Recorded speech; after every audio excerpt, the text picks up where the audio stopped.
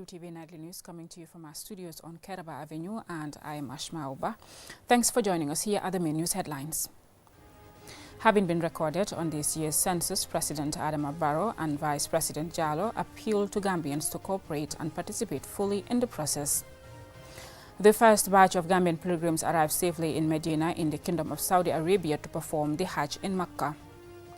The 2024 seasonal rainfall forecast for the Gambia from the Department of Water Resources, released on Monday as with last year, indicates a high chance of above normal rainfall.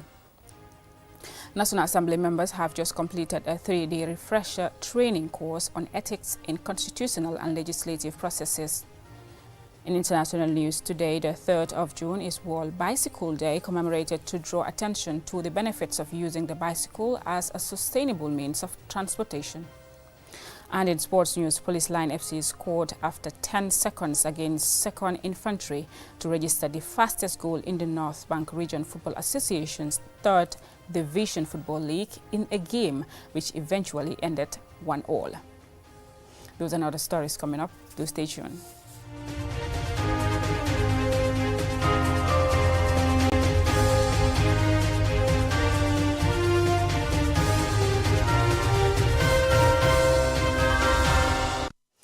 Thank you for staying with us. Now, in a show to support for the ongoing 2024 population and housing census, President Adama Barrow and Vice President Mohamed B.S. Jallow on Sunday and Monday respectively received Gambia Bureau of Statistics GBOS officials at their respective residences.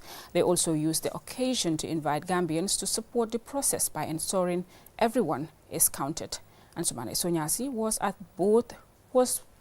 both events, and he now reports. As GBOS officials and their enumerators traversed the length and breadth of the country for another population and housing census, the nation's two leaders, President Adama Barrow and his Vice President Mohamed B.S. Jallow, set the pace in a show of support for this important national process carried out every 10 years. GBOS officials, led by Statistician General Nyakasi Sanyang, paid the head of state a visit at his official residence at State House, where, following the formalities, recording his details and that of his household were. Speaking to the press, President Barrow emphasized the importance of the process, adding that government needs current data to facilitate proper planning and implementation of its projects. If you look at this government, our focus and direction is about the decentralization. Data comes in there. Data is very important when it comes to decentralization, because actually it will help you, it will guide you in whatever you are doing, in all the development that you are doing. Speaking further on the importance of the population and housing census, President Barrow implored Gambians to support GBOS by ensuring that they fully participate in this important national process. I am really proud and happy to be part of this exercise. And also, it's very important to know the population of your country. Overall, it helps you in your overall planning. And part of our national development plan, it helps us in our planning, because it is that important. So we are calling on all Gambians, to be very positive, support this census, support the enumerators that are doing this work. I think if you are doing that, you are helping the process so that we can get an accurate data, a correct data for that matter. Earlier on Sunday, Vice President Mohamed B.S. Jallow received the GBOS team at his family residence in Farato.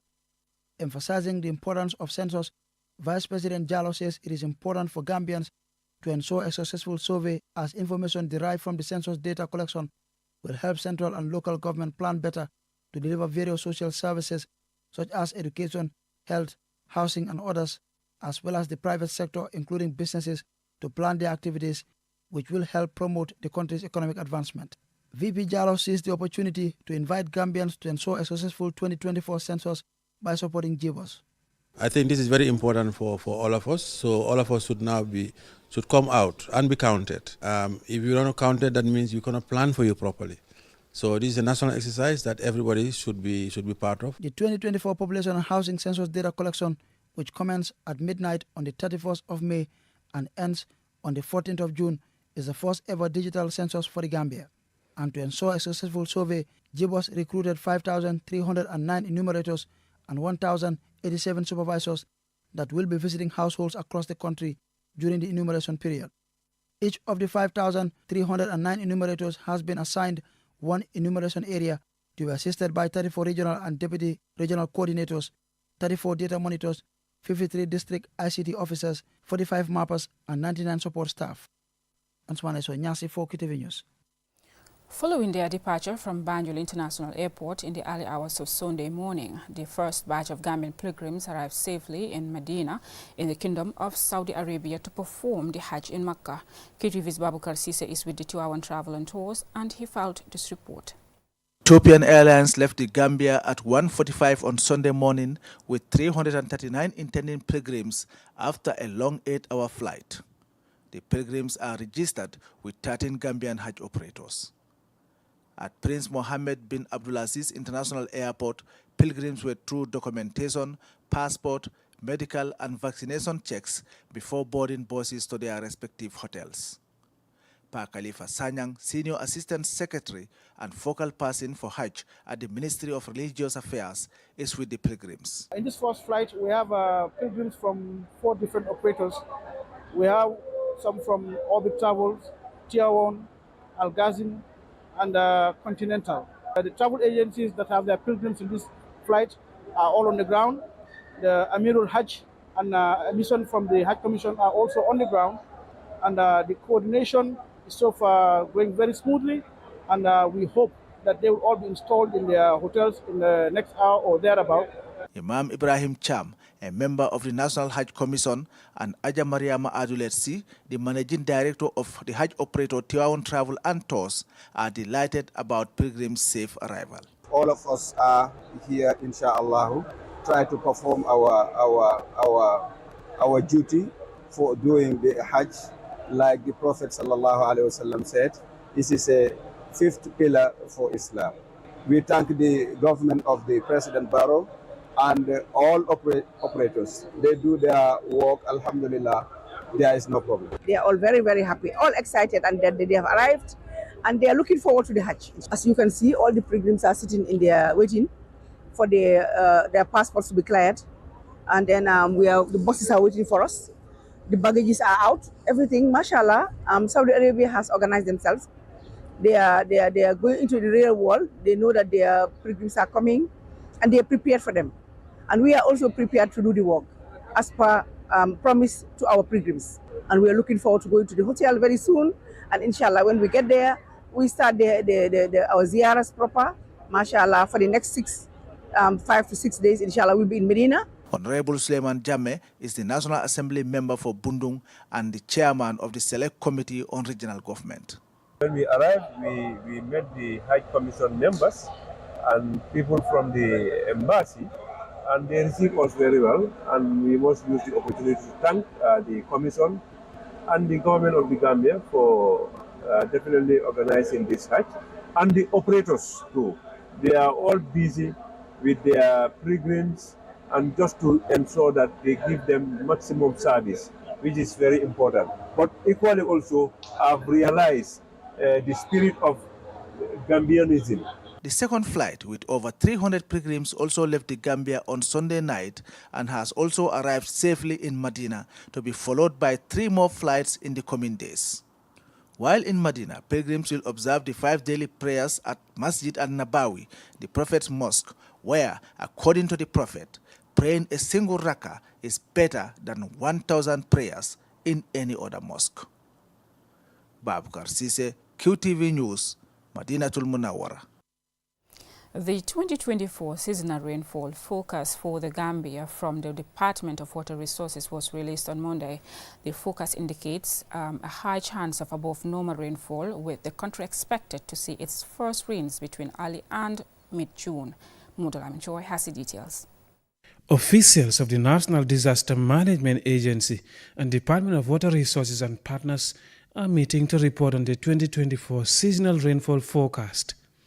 The report is an early warning for everyone because the impact of the rain cuts across every sector. The forecast for this year expects rainfall this month with a high probability of beyond normal rains. Tijan Bojang is the chief forecaster at the Central Forecast Office, part of the Department of Water Resources. So obviously the highest confidence is that we are going to expect rainfall of with a higher probability of 45% above normal based on the factors that are in the various oceans in terms of the evolution of the sea surface temperature. That forecast covers July, August and September, during which the Gambia normally receives much of its annual rain. This year's forecast indicates the country will receive more rainfall than last year. Under the western part of the Gambia, the region which usually records the highest rainfall in the country, will record more than last year. So the predicted rainfall distribution for the year 2024, for the western part of the country, we expect rainfall, cumulative rainfall amount equal to or more than 1,000 millimeter. And then the rest of the country is expected to receive in the range of 750 millimeter to 950 millimeter. According to the forecast, farmers in the Central River and Upper River regions should expect rainfall between the 8th and 15th of June, while other regions should expect rain by the 15th and 18th of the same month. The seasonal rainfall forecast is crucial for policymakers in their preparations to respond to potential climate change-related shocks. Sanad Dahaba, Executive Director of the National Disaster Management Agency, and Osman Sise, Deputy Permanent Secretary of the Office of the Vice President, respectively, talk about the significance of the seasonal rainfall forecast. This early warning tool serves as a vital resource for empowering disaster management institutions and partners to take proactive measures and prepare for the future. It is within this context that the NDMA has called upon you to deliberate on the findings of the DAS report. Disasters have left a profound impact on the lives and livelihood of our people over the years. This forecast carries significant implications for our nation, and it is imperative that we thoroughly examine its findings. The primary objective of this stakeholder engagement is to deliberate on the report's findings and to strategize on how to best reinforce our preparedness and response capabilities. Despite a high chances that rainfall will be beyond normal, the forecast indicates 7 to 10 days of dry spells within the first 50 days and 7 to 9 days within and beyond the last 2 months of the season. By this forecast, farmers are advised to diversify agricultural practices, invest in more high-yielding crops tolerant of wet conditions to reduce the risk of a drop in production. Mahmoud Lamin Choi, QTV News. That story by Mahmoud Lamin Choi will take us to our commercial break, but when we return, we have more local, international, as well as sports news stories for you. Don't go away. The future is now with QCell's 5G network. Experience speeds like never before with our new 5G Rocket Fixed Internet plan. Get speeds from 10 Mbps to 100 Mbps. Your 5G-enabled devices. Walk into QCell headquarters to get one of our 5G routers and experience the true feeling of 5G. Only with QCell. QCell brings you the future. Tech, innovation, incredible speed. The future is now. For more information, call our customer care on 111. QCell, Sunyapus. We innovate, others follow. Terms and conditions apply.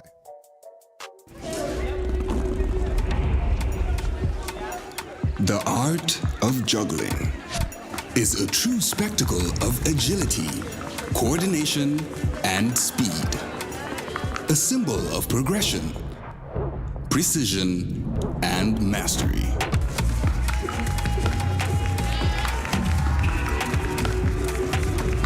"5G speed is like having the juggler in your pocket. Amazing. With lightning-fast download and upload speeds, you'll easily be able to juggle even the busiest workdays. Whether you're a busy entrepreneur, a creative, or just someone who wants to stay connected. Juggle your tasks with ease with QCell 5G Speed. The future is here. It's fast, reliable, and efficient.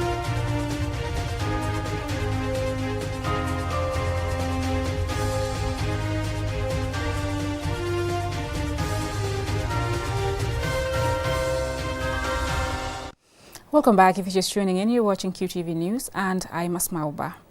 Now, the Office of the Clerk of the National Assembly, in collaboration with International IDEA and with support from the European Union, has just completed a 3-day refresher training course for lawmakers on ethics in constitutional and legislative processes under the EU support to the consolidation of democratic dispensation in the Gambia. Alusise reports. This training forms part of Parliament's effort to devise a comprehensive code of conduct for National Assembly members, which is expected to be adopted after this training. It is expected to improve parliamentary standards, increase public trust in the institution, and strengthen a culture of honesty and ethical governance. The training is being facilitated by resource persons from the Irish Parliament and Khalifa Emembai, Deputy Clerk for Legal and Procedural Matters, National Assembly. Mamadou A. Sise, Clerk of the National Assembly, elaborated on the importance of having a code of conduct for members.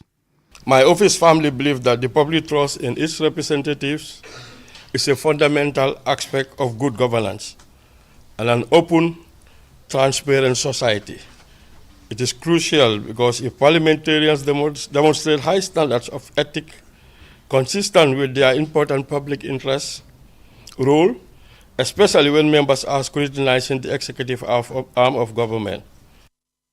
Jenaba Fai, Country Director of International IDEA, said parliamentary ethics helps guide lawmakers to conduct themselves in a manner that serves the interests of the country. Parliamentary ethics are the cornerstone of any functioning democracy. They define the standards of behavior expected from our elected representatives, ensuring accountability, integrity, and respect for democratic principles. Here is Corrado Pampaloni, the EU ambassador to the Gambia. By embracing and exemplifying ethical standards, you will not only consolidate public confidence in the National Assembly, but also pave the way for a stronger, more resilient Gambia. As we know, trust in state institutions is fundamental for social cohesion and effective governance. Honorable Sidi S.K. Njai, the Deputy Speaker of the National Assembly, said it will be a milestone achievement as there has never been an approved code of conduct for parliamentarians. He added that a good conduct in carrying out parliamentary oversight functions is critical in commanding public trust and respect. It is common knowledge that public accountability and political credibility of parliaments are cornerstones for a meaningful and sustainable development in all spheres, particularly in constitutional and legislative processes, to which all democratic states subscribe. The regulations of parliamentary behaviors and ethics standards is an essential element to secure public trust in the efficacy, transparency, and equity of democratic systems, as well as to foster a culture of public service that favor public interest over private. The outcomes of this training and subsequent adoption of the Code of Conduct will go a long way towards promoting professional and ethical behavior in Parliament. Reporting for QTV News, I am Aliou Cissé. From local news, let's now take a look at international news in a moment.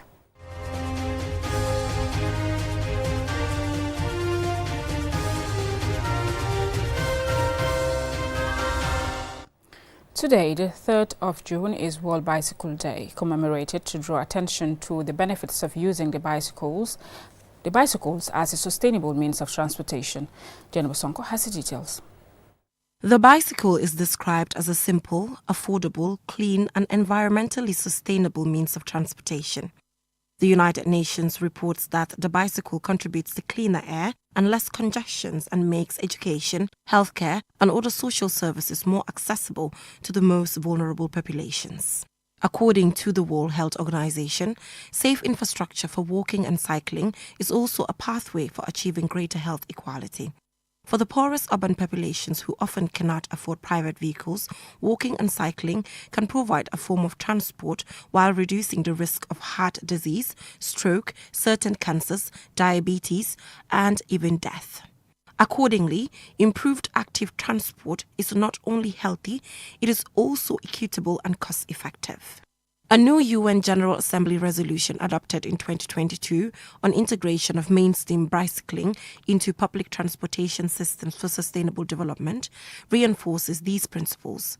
Through this resolution, governments commit to providing the bicycle among all members of society of all ages, urban and rural, and to develop a culture of bicycling in society. Transportation is responsible for 24% of global direct CO2 emissions from fuel combustion. Road vehicles account for nearly 3/4 of transport emissions, and these numbers are not decreasing. Reports show that a moderate increase in bicycling each year could save 6 to 14 tons of carbon dioxide. Raising concentrations of these chemical compounds at unsustainable levels result in increased warming, harming the planet. On World Bicycle Day, those countries that have not picked up the bicycling habit are encouraged to do so. Reporting for QTV News, I am Jennifer Sonko. From international, let's now take a look at sports news.